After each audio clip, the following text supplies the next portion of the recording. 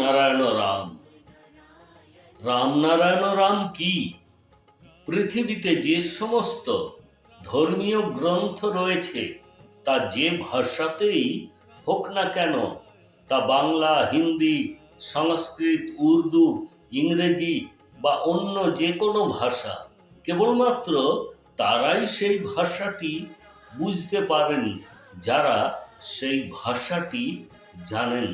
যারা সাধারণ মানুষ, যারা শিক্ষিত নন, তারা কিভাবে এইসব ভাষা বুঝতে পারবেন?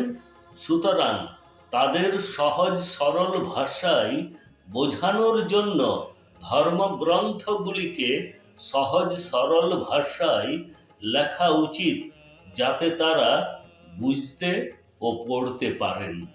আমাদের মহাগুরু বালক ব্রহ্মচারী মহারাজ যে রামনারায়ণ রাম বীজ মন্ত্রটি দিয়েছেন তা জপ করা খুবই সহজ। প্রত্যেকে এই জপটি বুঝতে পারেন এবং বলতেও পারেন।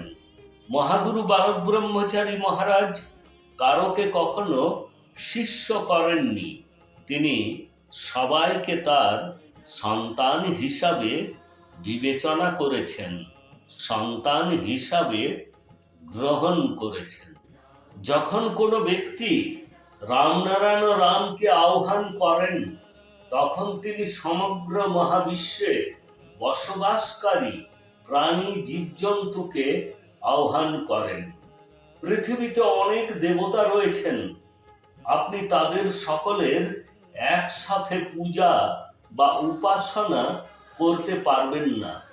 তাই মহাগুরু বালক ব্রহ্মচারী মহারাজ মহাবিশ্বকে রামনারায়ণ রাম বীজ মন্ত্রটি দিয়েছেন, যাতে মানুষ এই মন্ত্রটি জপ করতে পারেন এবং মহাবিশ্বের সমস্ত কিছুকে আহ্বান করতে পারেন। রামনারায়ণ রাম জপ করে তাদের কি উপকার হবে তা নিয়ে মানুষ কখনোই ভাবেন না। তাদের কি উপকার হবে তা দেখার দরকার নেই। পরিষ্কার মনে রামনারায়ণ রাম জপ করা উচিত। এতে আপনার মন, বিবেক, প্রজ্ঞা জাগ্রত হবে। পা থেকে মাথা পর্যন্ত যে সমস্ত চক্র রয়েছে তা জাগ্রত হবে এবং আপনার মন যে গ্রহে যেতে চায় সেখানে যেতে পারেন, শরীর ছেড়ে যেতে পারেন এবং সেখান থেকে আবার নিজের শরীরে ফিরেও আসতে পারেন। রামনারায়ণ রাম জপ করলে আপনার চেতনা এবং বিবেক জাগ্রত হবে। আপনি কোনটা ভুল এবং কোনটা সঠিক তা আলাদা করতে শিখবেন। আপনি যে কোনো সময় রামনারায়ণ রাম জপ করতে পারেন। এই নাম জপ করে আপনার হতাশা দূর করতে পারবেন। মানুষের প্রকৃতির আইনকে মান্যতা দেওয়া উচিত।